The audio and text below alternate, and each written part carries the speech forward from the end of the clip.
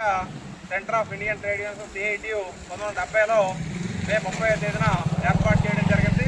ఆ తర్వాతనే దేశవ్యాప్తంగా కేంద్ర ప్రభుత్వ సంస్థల్లో పనిచేసిన కార్మికులు ఉద్యోగులందరినీ కూడా ఏకత్రాటిపైకి తెచ్చి ప్రైవేటీకరణ విధానాలకు వ్యతిరేకంగా అనేక సమస్యల మీద పోరాటం చేయడం జరిగింది.